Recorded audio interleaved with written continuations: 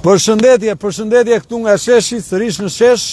Ja një duar trokitje për të gjithë ju që na ndiqni. Miq, ikëm prap ta sot. Ikëm prap. Jo e them, shiko, ka një gjë, është shumë e rëndësishme që përballja të jetë serioze, të jetë e qëndrueshme, të jetë e vërtet. Do me thënë, kemi 75 ditë këtu, po hym te 76 për pak, dhe thelbi i gjithë protestës tonë është që përmes qëndresës të imponojmë sa më shumë reagim në këtë shoqëri, përballë një qeverie që na vjedh, qeveri hajdutësh. Pas nesh këtu janë dhe forcat e policisë, ata bëjnë punën, i përshëndesim dhe ata, se edhe ata janë hau, edhe pse u duhet mbajnë punën. Shiko, dua të trajtoj disa çështje sot. Edhe sot kam pritur që do të qëndron dhe Partia Demokratike në shesh, nuk ka qëndruar, ata e gjykojnë vetë. Uroj që në ditën të vazhdim të vinë këtu dhe të qëndrojnë, sepse me protesta 2 orarshe Edi Rama rrin 100 vjet. Fatkeqësisht, këtu duhet të qëndrohet në shesh, qëndresa e bën diferencë. Po trajtoj sot disa tema bashkë me ekipin këtu, do flasin disa besoj, ndër të cilat e para është kjo pjesa e jetës parlamentare, se dëgjoj për shumë këto ditë, po pse nuk po shkoni, pse nuk votoni këtë apo atë, çfarë votohet?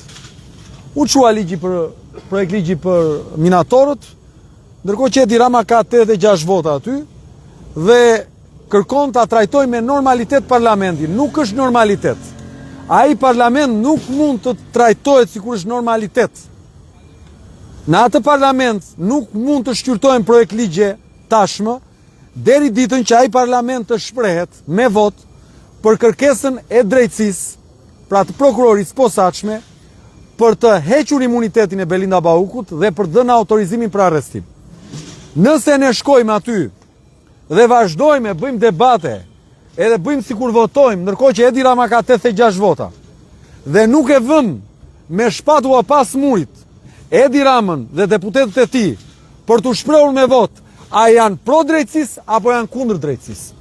A janë pro kërkesës prokurorisë për hetim dhe heqjen e imunitetit të zëvendës kryeministres apo janë kundër drejtësisë? Ne të gjithë duhet ta imponojmë atë parti dhe atë shumicë që është sot atje në parlament që të shprehet a është pro bashkimit evropian apo është kundër integrimit evropian. Çdo lloj procesi që diskuton aty projekt ligje, të cilat në fundi rrëzon Edi Rama se ka votat, është thjesht të bësh fasadën e një sistemi i cili sot është i kapur. Është i kapur nga një kancer malign. Dhe kanceri malign nuk luftohet as me fjalimin në parlament, as me të bërit sikur votojmë, po luftohet me kirurgji të thellë, me përballje, me kimioterapi të rëndë. Ai parlament nuk është funksional dhe ai ka një sfidë të madhe. Sfida e atij parlamenti është: a do të jap miratimin e heqjes së imunitetit dhe autorizimin prokurorisë për të bërë detyrën e saj për drejtësi, apo jo? Nëse ne rrim dhe merremi, jo po ligji filan, jo po projekt ligji filan, ndërkohë që aty nuk ka fare diskutim, sepse në fund 86 votat bashkë me atë partin tjetër i ka Edi Rama, thjesht kthehemi në fasadë të një sistemi i cili është i rënd, një sistemi i cili është i krimbur, një sistemi i cili është kanceroz. Nuk mund ja bëjmë këtë vendit tonë, bëjmë sikur ka demokraci këtu tani, nuk ka. Ne duhet patjetër ta detyrojmë Edi Ramën dhe partinë e vet, o të rreshohet kundër Europës, kundër integrimit, kundër drejtësisë, ose t'i hap rrugën drejtësisë bëj punën e vet. Dhe pastaj ky të kthehet në një standard që nuk tejkalohet nga askush. Nuk ka normalitet në Shqipëri. Kjo është çështja. Po nuk e kuptuam kështu, thjesht pastaj bëjmë sikur protestojmë të gjithë, bëjmë sikur ka jetë parlamentare, sikur miratohen ligje, sikur miratohen ndryshime në ligje, asgjë nuk bëhet. Sepse asnjë projekt ligj sot nuk kalon pa vullnet në Edi Ramës, sepse duam ne ka 86 vota. I ka bashkë me atë partin tjetër. Pra nëse kalon do thotë që i intereson Edi Ramës. Do thotë që është në interes të shumicës që ai drejton. Dhe ai parlament sot nuk mund të jetë normal nëse aty nuk merret vendim brenda afateve ligjore për kërkesën e prokurorisë. Këtu ndahet çapi nga sheqeri, nuk duhet drejtësia dhe nuk mbështetet me oafe, mbështetet me vepra. Cilat janë veprat? duke mos u rreshtuar atë parlament me fasadën që i bëhet gjasme aty ka jetë parlamentare, nuk ka jetë parlamentare. Duke mos bëjmë sikur protestojmë, ndërkohë që vim dhe ikim. Jo, duhet ndonjë në protestë. Duhet protestuar pa ndalim. Dhe kjo është çështja. Ky është thelbi i gjës. Thelbi i gjithë situatës. Këtu jam me qendrestarët. Qendrestar këta janë, këta që rrinë këtu. Do thoni ju çfarë po bëni. Po e para njerë ka 75 ditë që po thyet dogma se çudia më e madhe zgjat 3 ditë në këtë vend. Se kështu ka qenë. Me një skandal mbyllej një skandal, 3 ditë e harroi një skandal, 3 ditë e harroi një hajdutëri dhe merreshin pastaj 3 ditë tjera me një hajdutëri tjetër, pastaj 3 ditë tjera me një hajdutëri tjetër dhe shkonim te shpreha popullore, çudia më e madhe në këtë vend zgjat 3 ditë. Jo, kemi 75 ditë këtu që e mbajmë plagën të hapur. E mbajmë diskutimin te kjo çështje. Nuk e lëm këtë qeveri ta te kaloj këtë problem dhe po i kthemi në gangren. Duke ngacmuar mu të plagave çdo ditë, duke mos e lënë që kjo plagë të mbyllet. Kjo është ajo që mund të bëjmë.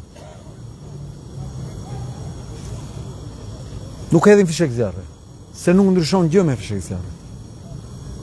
Unë kam respekt të pafund për çdo demokrat. Po duhet i kërkojnë drejtuesve të partisë së tyre që këtë betejë ta kthejnë një betejë të vërtetë. Dhe betejë e vërtetë është qendresa. Betejë e vërtetë është që këtu të mos i ndajemi as një minutë. Kaluan pak më parë këtu shumë demokratë cilët më takuan. Kthehen më takojnë dhe i falenderoj, i respektoj dhe po më thoshin që Adriatik na u bashkon. Na u bashkonin më saktë. Dhe ju thash të bashkohemi për çfarë? Se po është të bashkohemi që të rrim në shesh dhe ta ndajmë mendjen që nuk ikim nga ky shesh derisa Edi Rama të triqet, ta detyrojmë të triqet. Këtu jemi, dakord. Po që të bashkohemi që pas 2 orësh të ikni prap, nuk e bëjmë këtë punë. Më thani jo sot do qëndrojmë, i thash pas 2 orësh po qëndruat do shihemi në shesh. Erdha këtu nuk i gjeta as ata. Nuk i gjeta. Kështu që çështja është shumë e thjeshtë. Përmes qendresës po jepet jehon këtij problemi në të gjithë botën. Mediat huaja po vinë, fasada e një sistemi që na e bënte Shqipërinë si oazin më të lumtur të Europës po bie. Përmes qendresës nuk po lëm që të mbyllet kjo plag dhe nuk po lëm që të aplikohet shpreha çudia më e madhe zgjat 3 ditë. Përmes qendresës po bëjmë presion edhe mbi vetë faktorët e tjerë opozitar që të vinë këtu dhe të përballen. Kjo është e vërteta. Kjo është çështja. E Dona thuash një fjalë? Hajde Dona. Ju të gjithë jeni dëshmitar që ne vazhdojmë prej 75 ditësh tashmë në sheshin e qendresës, ajo çfarë ne kemi thënë dhe ashtu siç e kemi thënë vazhdojmë të qëndrojmë në mënyrë konstante kërkesës tonë për dorëheqjen e Edi Ramës edhe po ashtu për tërheqjen e shoqërisë, një reagim sa më të madh shoqëror. Duhet kuptojmë se ajo çfarë ne po bëjmë këtu me këtë qendresë prej më shumë se 2 muajsh tashmë nuk është vetëm një akt politik, është më shumë se kaq, është nxitja një shoqërie për të kuptuar se problemet që kemi në përditshmërinë tonë, të cilat lidhen në mënyrë të drejtë për drejtë në politikën, e kanë zgjidhjen vetëm tek bashkimi. E bashkimi nuk bëhet nëpërmjet logosh, nuk bëhet nëpërmjet flamësh, nuk bëhet edhe vetëm me xhiro në bulevard dhe me xhiro protestash, patjetër që bashkimi dhe qendresa bëhet këtu në shesh, ashtu siç ne po e vërtetojmë dhe po e tregojmë ditë ditës. Është shumë e rëndësishme që populli të kuptojë se zgjidhjen dhe shpëtimin nuk e ka nga askush tjetër, vetëm nga vetja. Është shumë e rëndësishme që secili prej jush të kuptojë që nëse duam të bëhemi bashkë për të mirën e vendit, duhet të bëhemi bashkë për të mirën e vendit, po duke qëndruar bashkë, duke reaguar bashkë, duke protestuar bashkë dhe duke dhënë kështu edhe shembullin edhe për të tjerët që nuk dalin mbase ndoshta fizikisht në shesh. Ajo çfarë po shohim dita ditës edhe në skenën politike shqiptare, ajo çfarë po ndodh në parlament, ajo çfarë po ndodh edhe me akuzat, ajo çfarë po ndodh edhe me drejtësinë, është një shenjë alarmante për çdo qytetar të lirë i cili sot duhet të jetë në shesh, duhet të qëndrojë në shesh dhe duhet të reagojë. Patjetër që ky grup qytetarësh dhe ky grup aktivistësh të lirë dhe të gjithë ata që kanë qëndruar prej ditësh dhe netësh në këtë shesh po japin mesazhin e tyre, po japin qëndresën e tyre, po vazhdojnë të tregojnë se nuk kanë frikë edhe nga presionet e ndryshme të cilat mund vinë nga gatë e ndryshme politike, por qëndrojnë këtu se e kanë shumë të qartë dëshirën dhe ëndrrën e tyre për ndryshuar këtë vend dhe nga ana tjetër e kanë shumë të qartë me kë kanë betejën. Betejën e kemi vetëm me Edi Ramën dhe me bandën që ai ka krijuar në pushtet. Kështu që është shumë e rëndësishme që sot të bëhemi bashkë në krah të drejtësisë, por edhe kundër kësaj qeverie e cila çdo ditë po vërteton që atë çfarë ka bërë nuk ka tani më shpëtim, kështu që vetëm populli e ka në dorë për të treguar se vërtet është i vendosur përballë kësaj bande në pushtet. Profesor? Mirëmbrëma, përshëndetje. Kalojnë njerëz dhe na thonë vazhdimisht po çfarë po bëni akoma, pse po qëndroni, as u mërzitet, as u lodhët, edhe ne i kthemi përgjigje të thjeshtë. Për sa kohë këta nuk mërziten e nuk lodhen duke vjedhur, duke bërë atë çfarë kanë bërë mrekullisht deri tani, pse do të lodhemi ne? Ne do të qëndrojmë këtu, do të protestojmë, do të mundohemi të ndërgjegjësojmë njerëzit, do t'i ftojmë për debat, do t'i ftojmë për protesta, do t'ju themi që qëndresa është e vetmja zgjidhje për të bërë një ndryshim radikal në opinion, në pikpamje, në ndryshim të shoqërisë dhe për sa kohë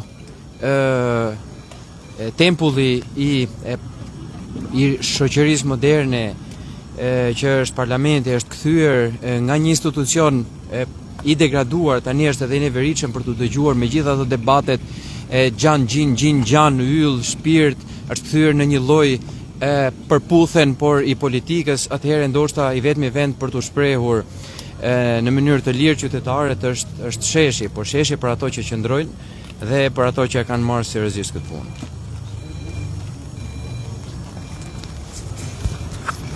Nisi shiu, jam këtu me bashkë qëndrestarin Ergys Suanaj.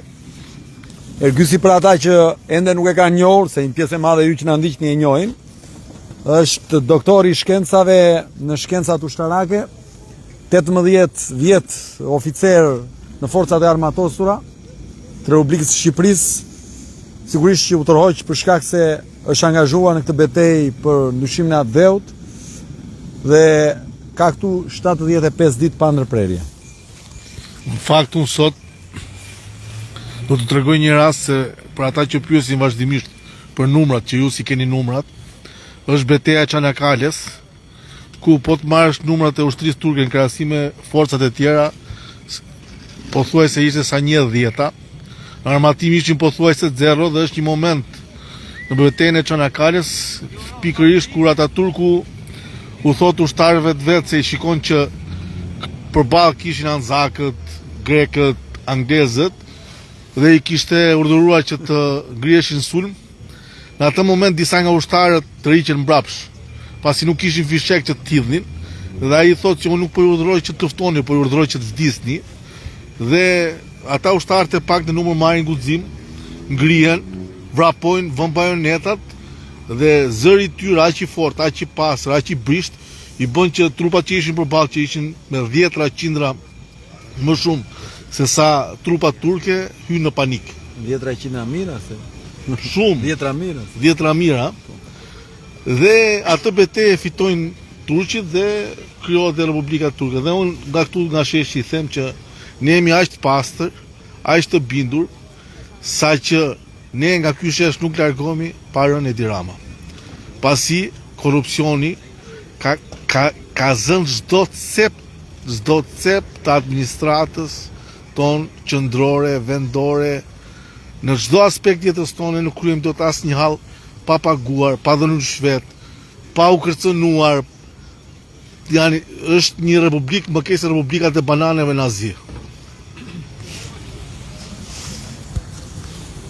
Miq, këtu nga sheshi në ditën e 75, unë ju kërkoj ta shpërndani këtë live sepse duam që të arrijmë të sa më shumë qytetar dhe dua që të merret mesazhi i qartë siç e ka qëllimin. Qëndresa është paradhoma e suksesit. Vazhdimësia, bindja, angazhimi i pandalur në atë që beson është paradhoma e suksesit. I fort është shkëmbi, mos e harroni. Por në përballjen mes tij dhe Daugës fiton Dauga. Fiton Dauga si pasojë e qëndresës e vendosmërisë të pandalur për ta goditur pa u ndalur çdo çast. Po, patjetër, sistemi që Edi Rama ka ndërtuar është një sistem monstruoz në total të tij dhe kanë themel frikën, kanë themel korruptimin e shoqërisë. Korruptimin e shoqërisë përmes ligjit, ku juve që na dëgjoni u kanë futur në hallet e përditshmërisë, ku është më lehtë të ndërtosh pa leje të legalizosh, që këta pastaj të mbajnë peng me atë certifikatën, se sa të shkosh të marrësh leje ndërtimi dhe të ndërtosh. Ku është më leje të gjesh një mik për të gjetë ilaçin në spital, se sa të paguash sigurimet dhe të shkosh në spital e të mjekohesh e të marrësh ilaçin siç takon. Pra ka ndërtuar një sistem që në themel të vet ka kapjen e qytetarit, ka frikën, ka dhunën, ka reprezaljen, ka shërbimet të cilat në vend punojnë për të kapur krimin, punojnë për të intimiduar protestuesin, njeriun e lirë, qytetarin. Dhe kjo ka prodhuar një sistem ku njerëzit shojnë nga qielli dhe presin o të vinë nga matan oqeanit për të na shpëtuar, o të ikin nga ky vend se nuk ka zgjidhje. Qëndresa është ilaçi për një shoqëri e cila është e dorëzuar. Qëndresa është ilaçi për një shoqëri e cila ka humbur besimin. E vështirë duket në fillim, por rruga bën që të bashkohen dita ditës njerëz më shumë. Ndaj në datën 1 mars, në orën 12 paradites, kemi thirrë protestën e radhës. Në 1 mars, ditë e shtunë, ora 12 paradite, kemi thirrë këtu në shesh protestën e radhës. Protestën e 5, pa ndalim. Pa ndalim. 75 ditë kemi bërë, po jemi në ditën e 76. Jemi shumë krenar për betejën tonë. Sepse në kohën kur një pjesë e madhe po heshtin, ne po gjim guximin të themi të vërtetën poshtë zyrës së ati, që ai është hajdut dhe ne i bërtasim. Edi Rama, o hajdut, o hajdut, o hajdut. Edi Rama, o hajdut, o hajdut, o hajdut. Edi Rama, o hajdut, o hajdut, o hajdut. Pra, i themi një të vërtet që pjesa më e madhe kanë frikë ta thotë. E themi këtë sepse kjo është të rreshtohesh krah të drejtës. Të rreshtohesh krah nevojës që ka vendi ynë për të ndryshuar. Duket e pamundur, por do të ndodh. Dhe kur të ndodh, jam i bind që shumë nga ata që strukeshin cepave, apo që bëni kompetentin në për studio televizive, do dalin në vit të pare, do t'i bjen gjoksit si njerëzit që e son ndryshimin. Por nuk ka problem, e rëndësishme është ta sjellim ndryshimin. Më kujtohet këtu vota e diasporës, ku pasi mlodhen për muaj të tërë 21.000 firma, e pasi bëm në diasporë 37 takime në të gjithë botën, e imponuam në atë komision draft ligjin, e u miratua. Në fund shikoja që më shumë i binin gjoksit ata të cilët nuk ishin ndjerë, se sa ata të cilët punuan në terren që ishin aktivistët. Dhe jam i bindur që do të ndodhë ndryshimi në këtë vend. Dhe po punojmë për ta sjellë ndryshimin në këtë vend. Ama një gjë është e sigurt, nëse nuk do të reagonim, nëse nuk do të qëndronim, nuk do të kishte shans fare që ky ndryshim të mendoj e jo më të ndodhte. Po duke qëndruar këtu, duke punuar çdo ditë, duke folur me ju, çdo ditë më shumë po zë terren bindja që ndryshimi do ndodh. Çdo ditë më shumë po vritet frika përballë atyre që sistem ka ndërtuar frikën. Çdo ditë më shumë po vërtetohet ligjërisht që janë në shkelje të ligjit. Çdo ditë e më shumë po ndërgjegjësohen dhe po informohen sa më shumë partnerë ndërkombëtar për kapjen e shtetit që këta kanë bërë. Tashmë Edi Rama nuk është më në sulm, sepse nuk ka mundësi më të jetë në sulm, sepse nuk po e lëm të jetë në sulm. Tashmë Edi Rama është në mbrojtje. Ka afro një vit që ka marrë qeverinë për herë të katërt dhe nuk po qeveris dot, sepse skandalet e korrupsionit dhe beteja që po i bëhet dita ditës nuk po e lë që ai të vazhdoj me agjendën e vetë të hajdutërisë. Tashmë ju keni zë, dhe zëri buron në këtë shesh. Mos e harroni, në datën 1 mars, ora 12 e paradites, për protestën e 5, pa ndalim, përballë atyre që na vjedhin. Shpërndajeni këtë video, ju përshëndes.